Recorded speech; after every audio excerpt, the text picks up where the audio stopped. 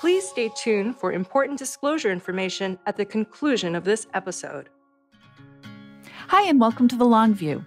I'm Christine Benz, Director of Personal Finance and Retirement Planning for Morningstar. And I'm Jeff Patak, Chief Ratings Officer for Morningstar Research Services. Our guests on the podcast today are Dan Otter and Scott Dauenhauer. Together, they run the website 403 Wise, which is geared toward providing education and advocacy on retirement planning for educators. Dan started 403 Wise in 2000 with John Moore as a means of shedding light on the often opaque landscape of retirement plans for K-12 educators. Scott is a certified financial planner and principal and owner of Meridian Wealth Management. He got interested in the 403 space after researching retirement plan options available to his wife, who is a teacher. They've each written books about 403bs and retirement planning for K-12 educators. Dan's is called Teach and Retire Rich, while Scott's book is called Wild West, providing fiduciary advice to public school employees. They also host a podcast called Teach and Retire Rich, and they recently released a short podcast series called Learned by Being Burned, Teachers in the K-12 403b. Dan and Scott, welcome to The Long View. Thank you so much for having us. Well, we're thrilled to have you here. Now, let's just start with a little bit of stage setting. Many of our listeners will be aware that a 403b is a retirement plan that's available to educators as well as employees in some other areas. But Dan, maybe to set things up a little bit, perhaps you can talk about what are the key similarities and differences relative to 401k plans. Well, it might surprise your audience that the 403b actually predates the 401k by 20 years. The 403b was created way back in 1958. They're very similar in terms of operation and contribution amount. The key difference between a 401k and the type of 403b available to teachers, which is known as a governmental 403b, is fiduciary oversight. The 401k, as you know, is subject to ERISA, the Employee Retirement Income Security Act. It's one of the reasons that Apple Corporation has a great 401k. They have one great low-cost vendor, Fidelity Investments. The school district in the town I live at, in Redlands, California, we have 42 vendors in our 403b plan. Can you imagine that? Can you imagine Apple offering 42 different financial companies or Morningstar?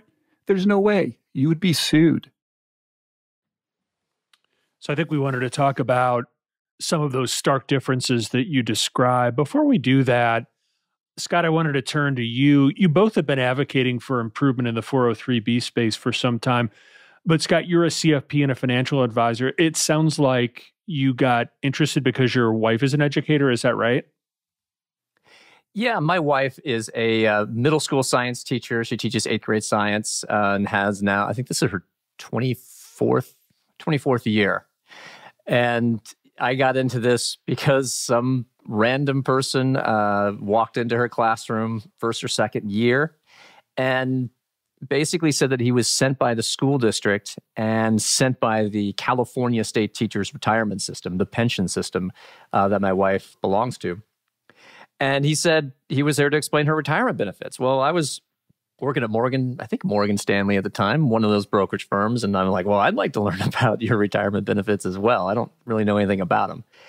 And as soon as I came down to, we actually met in my wife's classroom. And 5 minutes into the conversation, I realized that this guy hadn't been sent by the school district.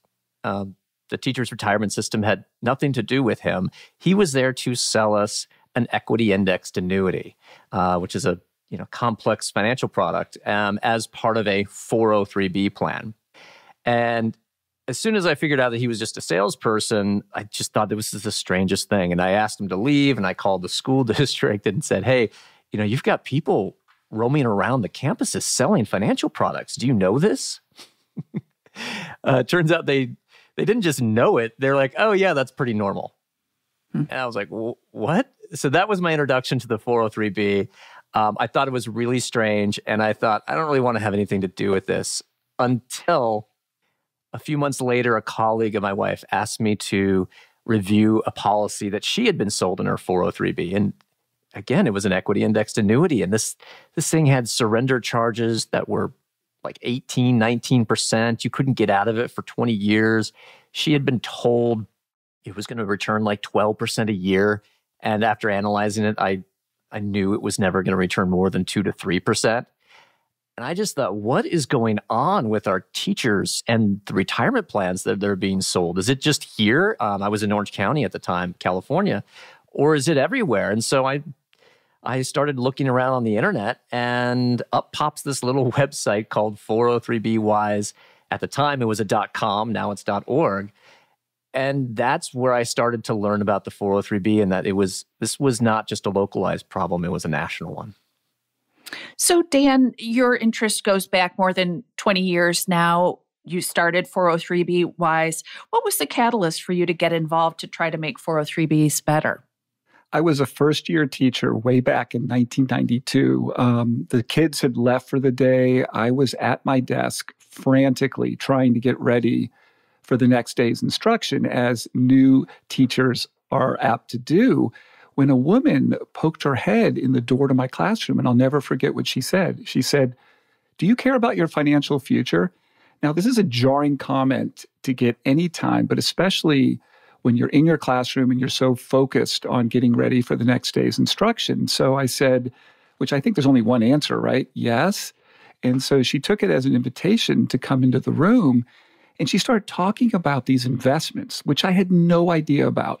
Now, I had some vague notion that I had a pension plan, but she was using these terms like TSA, annuities. She helped the third grade teacher next door, the sixth grade teacher down the hall. And I just politely listened. And finally I said, look, I'll get in touch if I'm interested.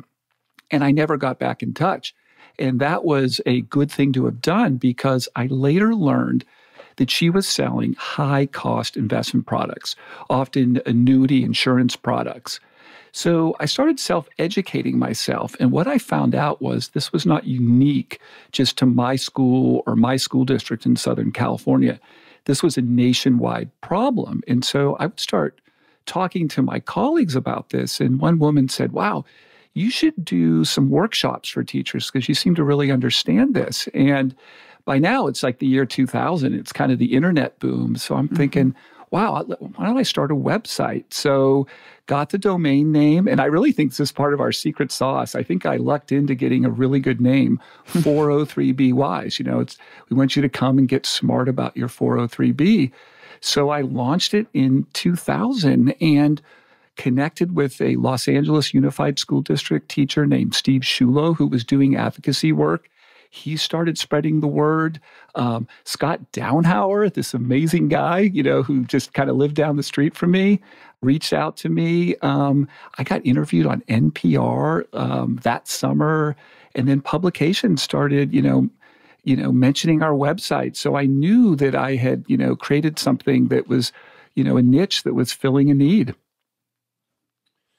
We wanted to talk about why 403Bs are so bad. I don't think there's any sort of delicate way to put it. We wanted to discuss some of the key problem areas in the 403B market. But before we do that, maybe let's discuss why people should care. Some people might think teachers usually have pension plans, and even teachers might adopt that mindset themselves, that their 403Bs aren't the main financial engine of their retirements anyway. So why care that much? Do you think that's why 403Bs are so poor in so many cases? No, as I mentioned earlier, I think ERISA is a big driver of the problems. Employers are not required to offer great plans, so consequently they don't. But, there are a few teacher pension plans that will pay out 100% of a teacher's final salary, in retirement each year. Pension benefits have been reduced across the board, especially for new teachers. So we would argue that the 403B is even more important. But here's the irony. It's really, I think it also comes down to education, the lack of education. Teacher prep programs are simply not teaching this to teachers. So they come onto campuses completely unaware, and what happened to Scott's wife and what happened to me is still happening across schools around the country. So, and also school districts are not providing education, and sometimes they're making it worse. Sometimes at new teacher orientations, they're having these high-cost companies quote unquote, put on education for the new teachers. So, Scott, Dan just noted that some districts have scaled back their pensions. How commonplace are those efforts to reduce pension benefits? And I guess a related question is, do you think we'll eventually see pension penetration ebb away in the education space, just as we've seen it happen in the private sector over the past several decades?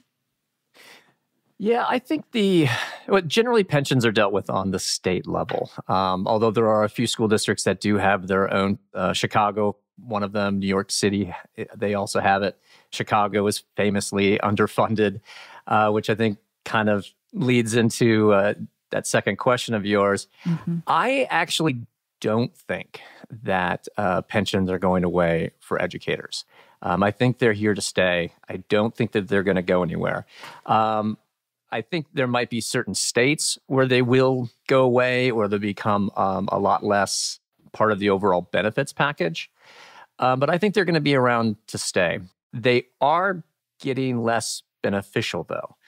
They're getting tougher to qualify for. They're more backloaded.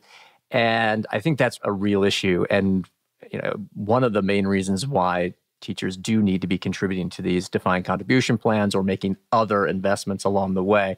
But I don't think they're going away entirely. You mentioned earlier the fact that 403Bs are not covered by ERISA, at least in many cases, if I've got that right. Maybe talk about some of the other key factors that cause the 403B space to be kind of a Wild West compared to 401ks. Why is the oversight so much less in that space? Yeah, again, I think the main culprit is it's not required under ERISA. But let's put some of the blame on the school district themselves. No one says that they can't offer a great plan. So I would put some of the blame on them. Now, if you contrast this with nonprofit institutions, which have ERISA-based 403B plans, nonprofit hospitals, colleges, they offer great plans. Now, again, I realize more fiduciary oversight is required, but they're both 403B plans. Dan, actually, or Jeff, if you wouldn't mind me jumping in on this one as well, we like to draw the parallel with 403Bs to another government plan, a 457B, which is offered to state and local government employees. It's a huge plan. If you know a judge, a police, a firefighter, anybody who works for state, local government in your city, they probably have access to a 457 plan. And those plans almost universally are way better than 403Bs, and yet they are not governed by ERISA. The difference is almost every single state has passed a set of fiduciary laws that apply to these programs. And most of those fiduciary laws harken back to the same language of ERISA. So I do think that you can have a government-run, a state, local government-run plan that is also good, because we see it every day in these government 457 plans. So you note that many investment professionals in the 403B space aren't fiduciaries. You talked about some of the high commission salespeople roaming the halls. So why is that? And is there any chance to enact change there to ensure that anyone selling these 403B plans be a fiduciary? That's a good question. That's where it gets a little difficult in this space. Part of the reason we don't have a lot of fiduciaries in this space is because of the way it's structured. Historically, 403B plans, at least for K-12 public schools, have been how Dan and I term multiple vendor, meaning there's more than one vendor and there's really no vetting or very little vetting of those vendors. And because of that, there's not any one vendor that can get an economy of scale. And so it's pretty much every vendor fighting for themselves to get access to employees and to gain assets, to get contributions. Well, unfortunately, what happens there is the only products that are going to gain assets are those products that can afford to put human beings on the ground. And so most investment professionals like myself, we're not going to go sit in a teacher's lounge. I'm not going to bring donuts to the teacher's lounge or sandwiches to the teacher's lounge. I'm not going to do that. Number one, I'm a financial planner. I don't have time for that. I do a lot of work that I can't just be spending handing out donuts and signing up people for $50 a contribution. And yet that is the structure of how many of these 403B programs work. Whoever gets in front of the teacher gets the sale. Well, unfortunately, the only products that can pay those people enough money to keep them doing that kind of business are products that are very low in quality and high in cost. And so those are, antithetical to a fiduciary. And so that's why we don't see many fiduciaries in this space. It's just not set up for that environment. I ended up getting into the space and working initially on an hourly basis with educators. And that was a really difficult thing to do because they all assumed they were getting these services for free. And they didn't realize that these people were getting paid and they were getting, paid through commissions, and they weren't seeing this on their statement. So it's partly the way that the plans are structured in this multiple vendor environment. You switch that to, say, a single vendor environment where all the assets are going to one record keeper. You then create an economy of scale that allows you to put human beings to do education, to help people sign up at a much, much lower cost than you do if it's spread across 20, 30, or 40 vendors. Who are the main gatekeepers for 403Bs in a school district? I would think it's maybe somebody that's akin to a CFO or a head of ops, and who's signing off on the providers that make it onto the menu. And then I guess a related question, you talk about sort of the profusion of different providers within a district because that overgrowth is just sort of permitted. Why haven't we seen some of the bigger players try and come in, knowing that it's a fairly fragmented market, but it's one that's fairly large and potentially lucrative, and compete on price and try and sell districts on consolidating to a single provider that can deliver higher quality service at a lower cost? So ultimately, it's the school board who signs off on who the vendors are. But you would think that it would usually run through the CFO, and sometimes it does. But generally, the people who are in charge of putting vendors on the list are the third-party compliance administrators that school districts hire to run the plans. There's a lot of rules and regulations, and when you have multiple vendors, like 5, 10, 15, 20 vendors, there's just so much going on that most school employers just don't have the resources to manage that and keep it in compliance with the IRS. So they end up hiring these outside compliance administrators, and they will tell you that they don't control the vendor list, but they control the vendor list. And oftentimes it's just the school district adopting whatever that compliance administrator has. Often the people in the district could ask for a good low-cost vendor to be added to that list, and oftentimes they will be added, but you usually have to ask. And sometimes when you ask, they're still not added. So oftentimes it's the compliance administrator, not really anybody at the school making these decisions. Now, as to why there's no competition or why the larger companies aren't coming in to create that competition, we have been advocating for that for years, almost 2 decades. In fact, one of our very first initiatives here in California was to allow for a school district to manage their vendor list. In California, you have these large vendor lists because of an odd insurance code that we have here. And we wanted that to be changed so that a school district could just say, okay, we're going to have one vendor and that's it. And it's been a long time, and there's been a lot of resistance to that, mainly from the insurance companies. They have a very powerful lobby. And also, I won't mention the group's name, but another lobbying organization that's very, very big has basically, they spend a lot of money to send people out to shoot down these ideas. And politicians need to get reelected, and they need the insurance company money. That said, we have started to see a shift from some of the insurance companies, but from some of the bigger vendors as well towards this single vendor model, going into a school district and getting them to consolidate. We've seen it in Montgomery County Public Schools, up in Anchorage. The latest one, which is, I think, momentous, is the Chicago Public Schools. They just this year consolidated down.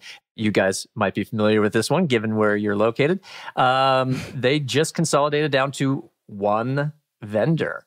And that vendor actually is AIG, but it's actually a very good program. One of the best 403b programs we've seen in a long time.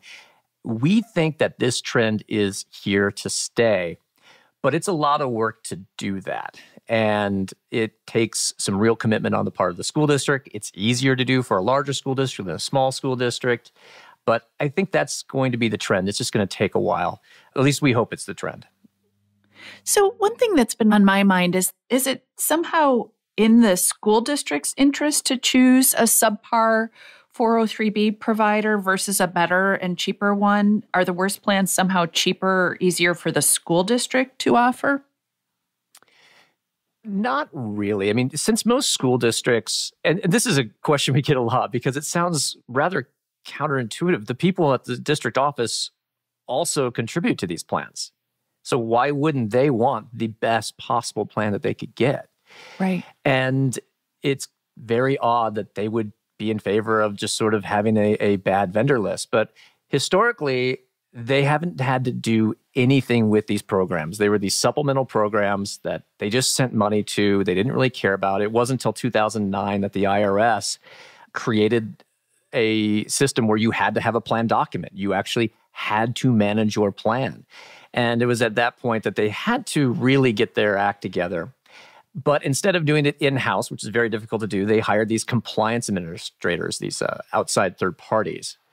And they basically just outsourced it to them for the most part. It's not that they don't want to have good plans.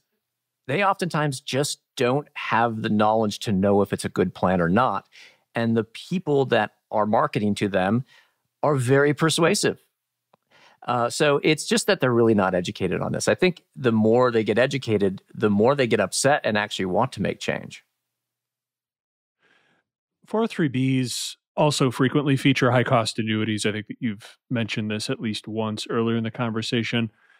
Why is that? And why is putting a variable annuity inside of a retirement plan such a bad idea? Well, 403Bs generally have, or they're kind of more tilted towards annuity products because annuities are the only thing you could put your money into for a long time. It wasn't, I think, until 1974 that you could actually put your money into mutual funds, and they didn't really start gaining traction until the late 80s, early 90s. And the companies who essentially created the 403B market were TIAA and VALIC, both insurance companies. So they didn't really have a big incentive to do mutual funds. But that's beginning to change, especially with Vanguard in the market, Fidelity in the market. Those are big household names now, and people want to invest in those companies. But to answer your question on, annuities inside of retirement plans and why that's such a bad idea, I don't think annuities in retirement plans are a bad idea, which is going to shock probably some listeners. But there's this old analogy that putting an annuity in a retirement plan is like opening an umbrella indoors. And I think that analogy is a bit disingenuous. It makes sense if you're only selling the annuity for the tax deferral, because why would you sell it for the tax deferral when the 403B is already tax deferred? That would be dumb. But there are other legitimate reasons to have an annuity inside of an IRA or a retirement account like a 403B. I have a lot of clients who have fixed annuities inside their 403Bs or IRAs. And over the past 5 years, that's been a very good place for them to be when we've had interest rates close to zero. I've had many of my clients who are in accounts that are paying 2 or 3% with no fluctuation if interest rates change. So there are legitimate reasons to have an annuity inside of a retirement account. It just has to be for something other than tax deferral. I don't see the problem with annuities being that they're in retirement accounts. I see it just as a structure. And any financial structure can be corrupted, can be made problematic. And the problem with 403B annuities is that they are a great structure to hide costs. They're just a very good structure to do that. Now, variable annuities are a little difficult to hide the costs in, but when you hand somebody a prospectus that's an inch thick, they're not going to figure out what the costs are. Indexed annuities are a bonanza for hiding costs. They are amazing at doing it. It's like they were built just to hide costs. And we see these sold left and right. These are the products that pay the highest commissions. They give out the greatest trips as incentives to sell them. And they're bad structures. Doesn't mean they couldn't be done in a good way. Just like there are a lot of bad mutual funds out there, it's not because mutual funds are all bad. It's just that mutual funds are a structure that can be made good or bad. It's the same with annuities. But generally in 403b, you do kind of want to avoid the annuity because most of them are bad. Most annuities in 403bs are bad. It doesn't mean that all annuities are bad. Just they happen to be bad in K-12 public 403b. So let's talk about some of the fees that 403b participants face, and maybe you can help us understand how they compare to fees in 401k plans. Maybe we can talk about mutual fund fees in 403bs as well as some of these annuity products that we've been discussing. So this is a tough one because there's basically three products that get sold within the 403b. There's the mutual funds, which are pretty easy to find the fees. Those are pretty simple. We can pull prospectus. You can go to, I think there's a company called Morningstar that you can go to and find some information about mutual funds. And so they're easy to find the information out about. Variable annuities, also easier to find out. I mean, we have these great regulations that, force them to disclose the fees. I can go and find the fees pretty quickly. In California, there's this great database called 403bcompared.com that allows you to find the fees for mutual fund products and variable annuity products. So those, we can find the fees, but it's still difficult to put it all together. I mean, think about it, a variable annuity. You got to go and find the mortality and expense fee. Then you got to find the sub-account fee. Then you got to find the contract fee. Then you got to find what riders are you using? What year were they added? What are the fees on that? Are they based on the benefit base or are they based on the actual value of the account? I mean, it can be very difficult to put all of those fees together. Oh, and then you have the expenses of the underlying investment options. So putting that all together, that's pretty complicated. And the average person is not going to be able to do that. The average advisor probably doesn't know how to do that. And those are the easy products. Then you look at the indexed annuities, which generally don't have any quote unquote fees. These are spread products for the most part. I mean, there's generally some fees for if there's living benefits. These indexed annuities are these spread products where all of the costs are built into the structure of the indexed annuity. So there's no way to really know what the fees are. And now I forget what your original question was, but as you can see, it gets very complicated. And when you are a school teacher who's trying to focus on what's going on in your classroom that day, what are you supposed to teach the next day? What books are currently being banned in your classroom? You've got other things on your mind. The things that teachers have to deal with on a day-to-day basis. I mean, I see this because, my wife comes home and I hear it for the next couple hours. Like, they don't have time to go into all this. It's so complicated. And that's why we like the idea of a fiduciary being in charge of these programs to do that work for them. So that's the issue I have with the products that are in there. Yeah, let's talk a little bit more about that. You have a fiduciary pledge on 403b Wise that 403b professionals can sign on to. What's your thinking on how that pledge might tend to drive better behaviors? I suppose the devil's advocate argument is that people most likely to sign the pledge were likely to behave ethically anyway. What do you think of that? Well, I don't think that there's that many people in this space that are willing to sign that pledge because they're prohibited from doing so.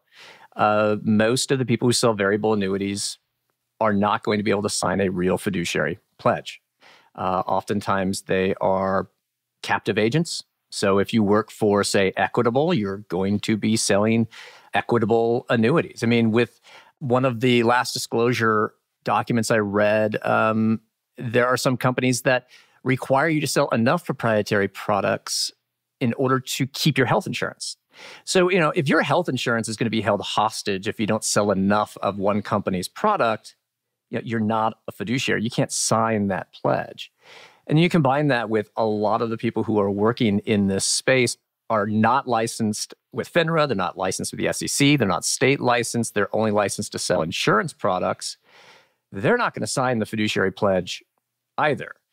So there's just a huge group of people that are never going to sign that pledge because they can't. I mean, they're prohibited by their employer, or they would have to dramatically change the types of products that they sell. And that's just not going to happen. So it's not that they're, the ones who are going to sign it, we're going to act ethically anyways. I mean, if you find someone who's going to sign that, one, you actually should be a little suspicious in the 403B world. You should be a little suspicious and actually do a little more homework. Here's an ironic thing. I actually got this document back. I actually had somebody reach out and want to hire me. And then they said, hey, before we hire you, we need you to read this document and sign it. I was like, oh, I created that document. So I think you would want to be a little skeptical of someone who is signing it. But if they are willing to sign it, you've done two things. One, you've got it in writing that they're going to act as a fiduciary at all times. And if they don't, well, the good news is you now have some recourse there. So I still think it's a good idea. And it really, really weeds out who you can work with, because there's just a lot of agents in this area who will never sign that document. Well, you've noted a few times about how these 403B salespeople are roaming the hallways of schools freely, and they might employ techniques to burnish their credibility with teachers. You talk about some of these situations in your podcast series called Learn by Being Burned. So, Dan, can you talk about how these salespeople kind of burnish their credibility with other teachers to try to sell their products? Yeah, they do it through donuts and Starbucks gift cards. Which is a very effective technique.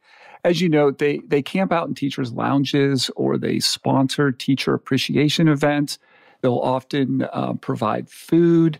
But the big technique is illusion of district endorsement, or that they work for the state pension agency.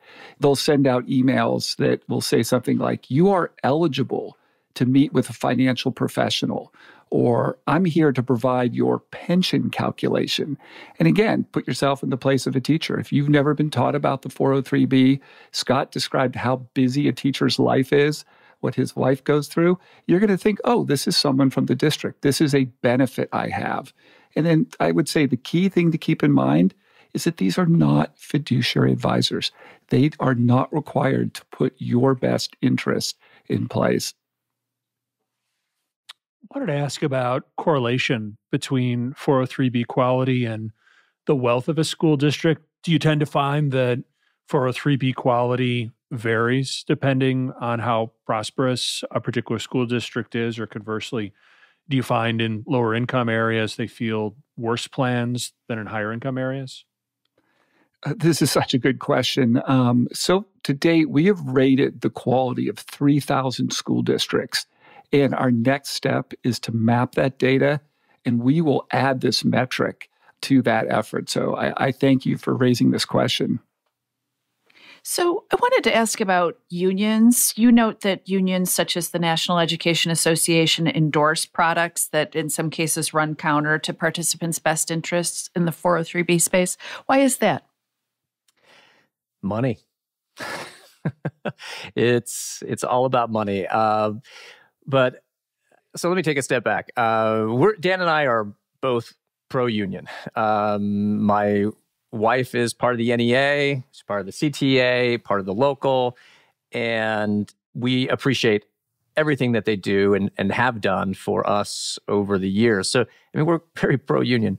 But the NEA, for example, has this for-profit subsidiary, and it's called NEA Member Benefits. And, it exists to sell a bunch of different products, many of them financial products, with the goal of making money from their members.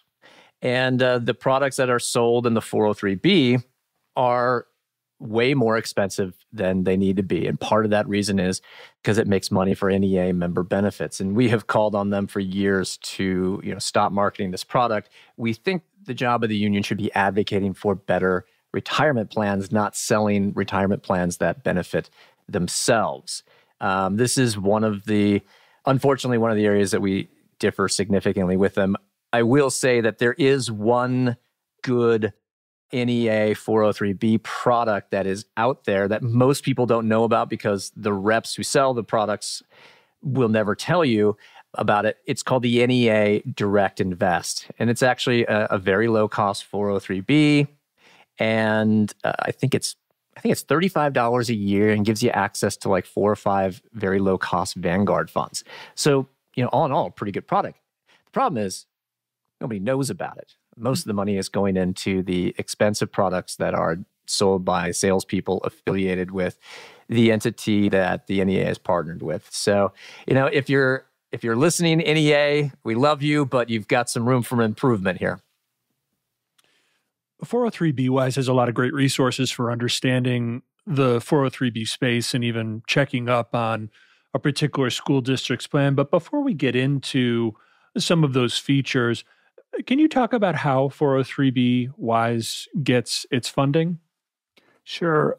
I had always run 403b Wise on the side as I taught elementary school and middle school, and when I moved to teaching at the college level.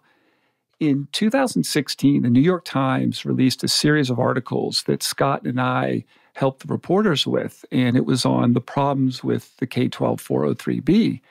And to our great fortune, Tim Ranzetta, the co-founder of Next Gen Personal Finance, this is an excellent nonprofit whose goal is that by 2030, every kid in an American high school will have access to a standalone personal finance class. Well, Tim read these articles and he was horrified to learn that the very teachers he was helping develop curriculum for and work with to use this curriculum were being ripped off.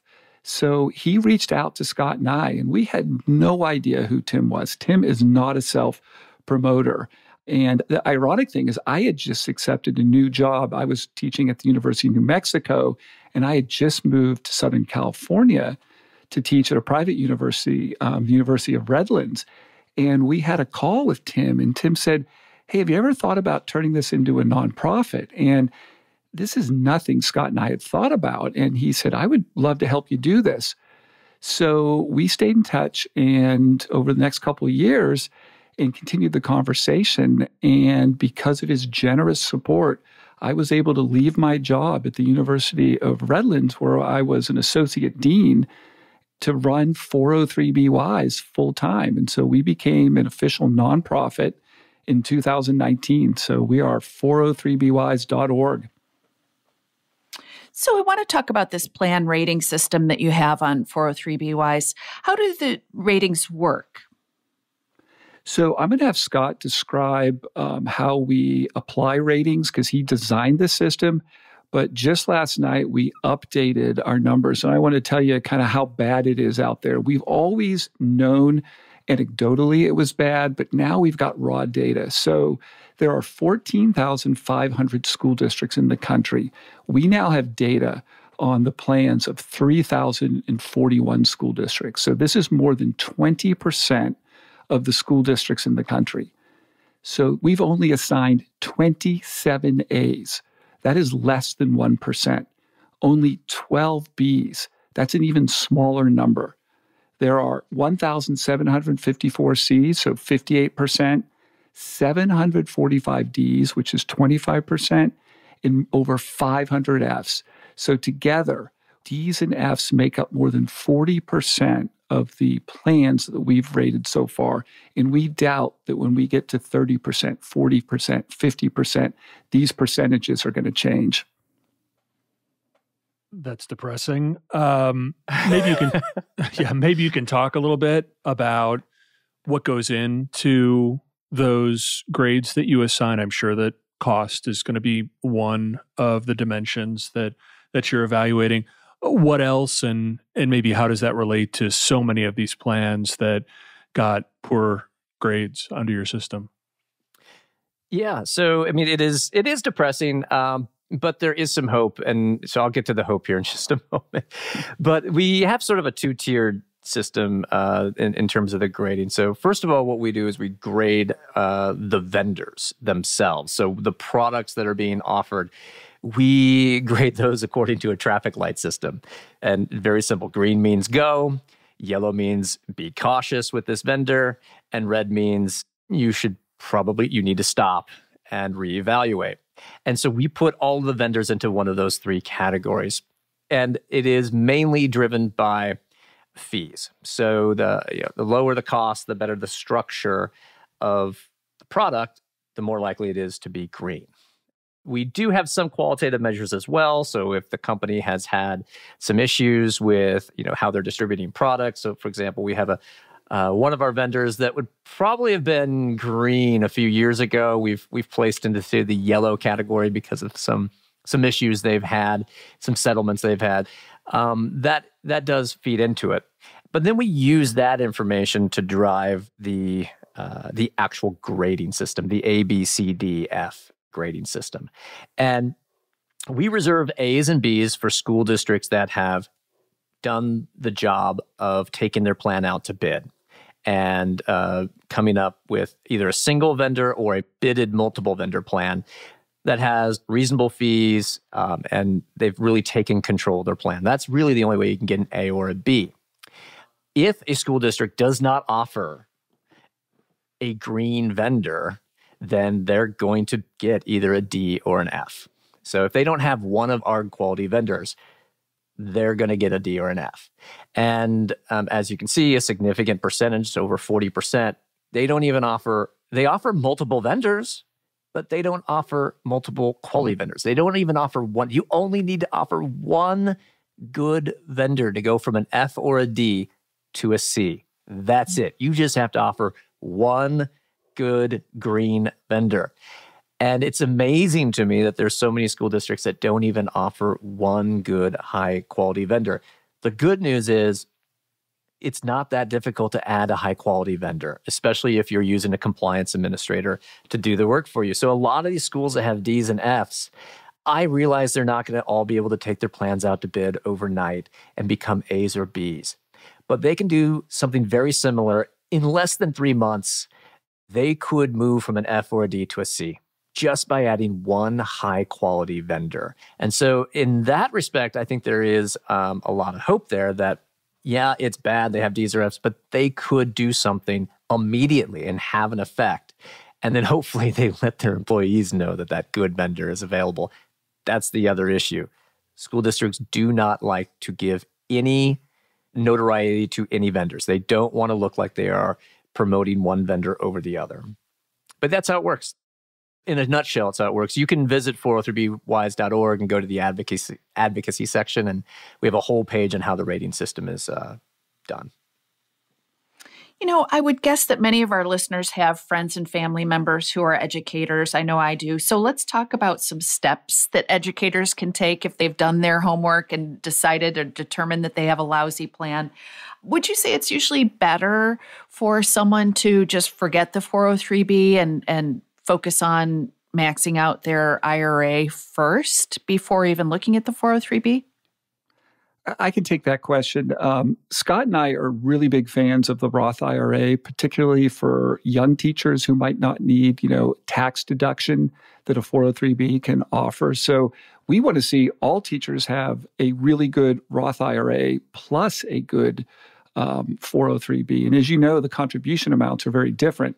You can only do up to $6,000 in a Roth IRA, but with a 403B, you can do up to $20,500. So people listening saying, hey, look, well, first of all, can I see how good my plan is? And then the next question is, how can we improve it? Come to 403bwise.org, go to our advocacy section, check our vendor database. We may very well have rated your district. And let's say we don't have your vendor information, you can easily upload it, which is what dozens and dozens of people are doing. We upload that data and then we grade it. And I would also encourage people to join the 403B Wise Facebook group. Scott and I are not fans of Facebook, but we really do like the group structure. And we have more than 6,500 teachers in our Facebook group. And on a daily basis, they are posting things like, I just found out about how bad my 403B is. What can I do to make it better?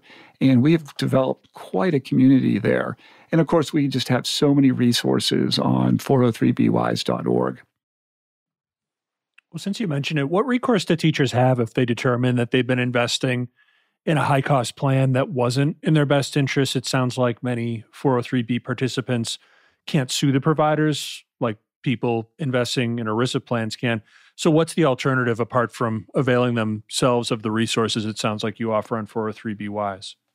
Yeah, as you mentioned, there's no legal recourse. I would say join our advocacy movement, work to make the system better. In fact, our mantra is the K-12 403(b) is broken. Together we can fix it. Scott and I cannot do this ourselves, so we need more people as part of this fight.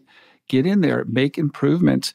Scott and I have this advocacy network of teachers that we meet with every 2 months. And in fact, they are the ones that said that we should affix an A through F grade to these plans. We were going to just stay with the green, yellow, red rating. And they said, no, do not do that. Use grades. So, join us. We need more people in this fight. So you've mentioned that some of these annuities that are offered in 403(b)s have steep surrender charges. So what's your counsel to educators who perhaps opted in to one of those programs and their only choice is to either pay one of those steep surrender charges or stick it out? How should they decide what to do in that instance? Yeah, it's complicated. If they are in a high-cost mutual fund or a high-cost variable annuity that uses a mutual fund, it probably makes sense to transfer it to a new, better vendor.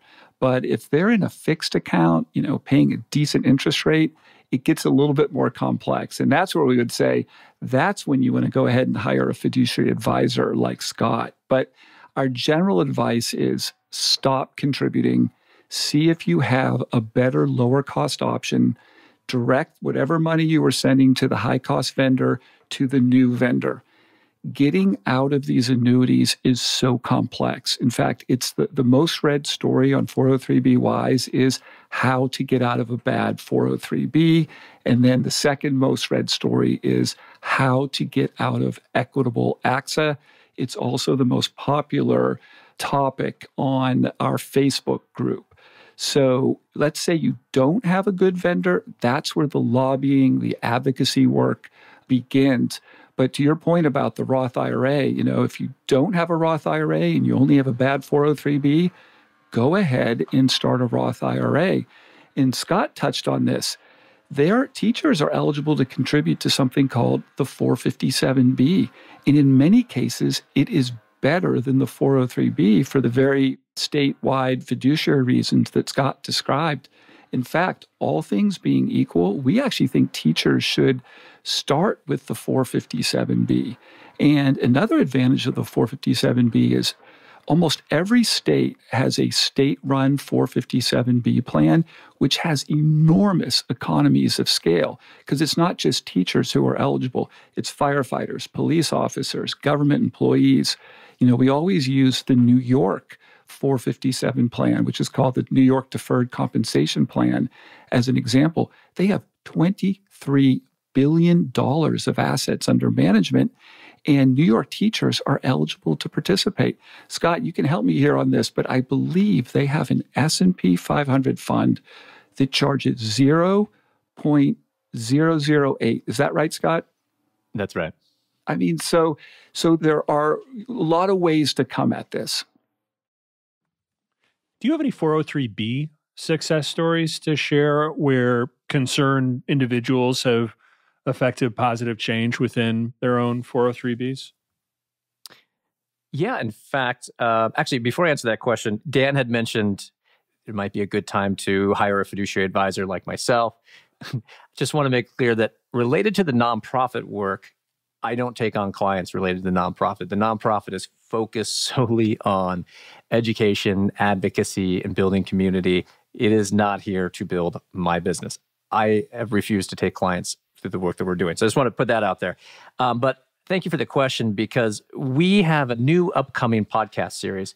We have a regular podcast, Teach and Retire Rich podcast, but we have this new one coming up we've worked on for almost 2 years called Learned by Being Burned. And it is almost entirely made up of educator success stories, educators who have been burned by a high-cost, low-quality vendor who have then taken it upon themselves to get out of that product, get into a good product, but then do something more.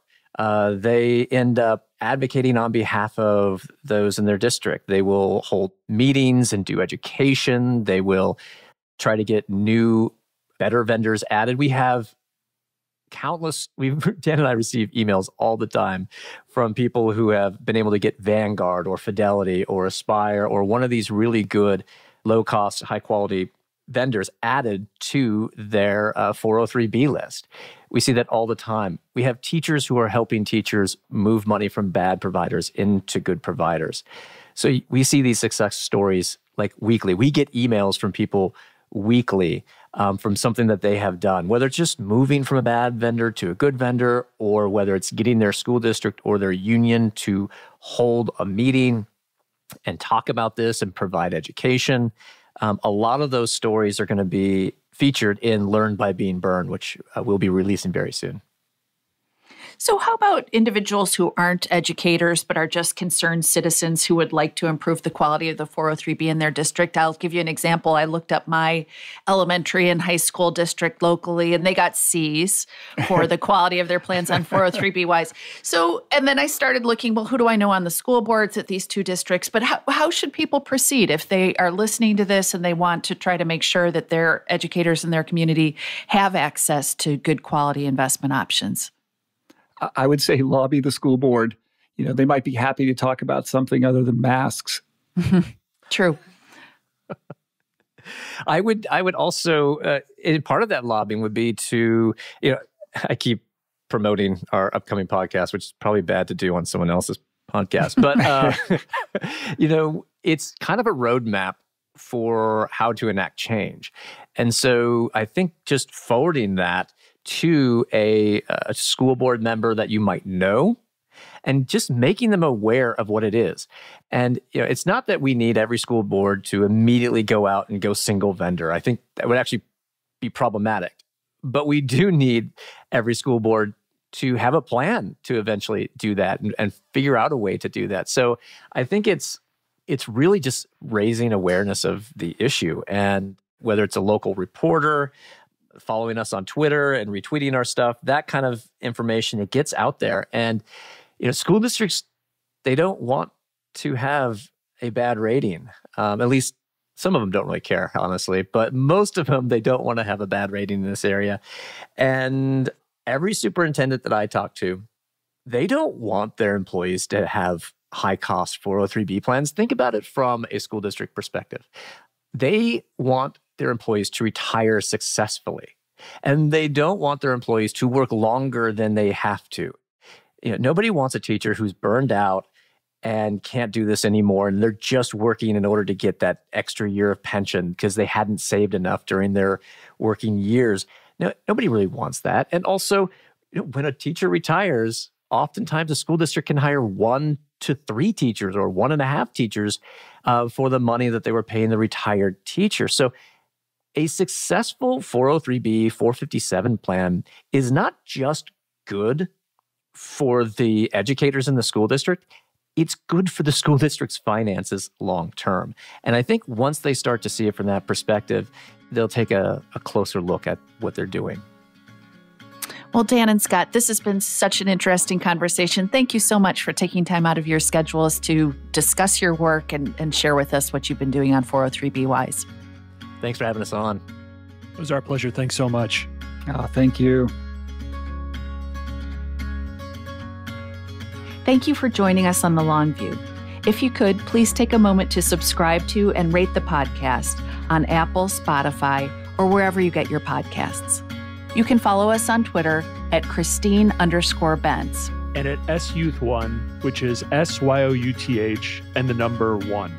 George Cassidy is our engineer for the podcast, and Carrie Gretchick produces the show notes each week.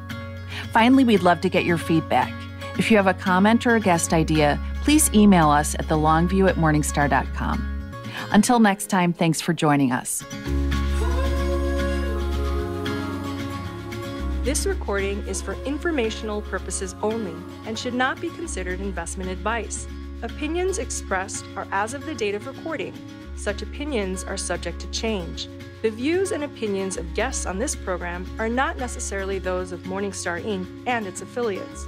Morningstar and its affiliates are not affiliated with this guest or his or her business affiliates unless otherwise stated. Morningstar does not guarantee the accuracy or the completeness of the data presented herein. Jeff Patak is an employee of Morningstar Research Services, LLC. Morningstar Research Services is a subsidiary of Morningstar, Inc. and is registered with and governed by the U.S. Securities and Exchange Commission. Morningstar Research Services shall not be responsible for any trading decisions, damages, or other losses resulting from or related to the information, data analyses, or opinions, or their use. Past performance is not a guarantee of future results. All investments are subject to investment risk, including possible loss of principal. Individuals should seriously consider if an investment is suitable for them by referencing their own financial position, investment objectives, and risk profile before making any investment decision.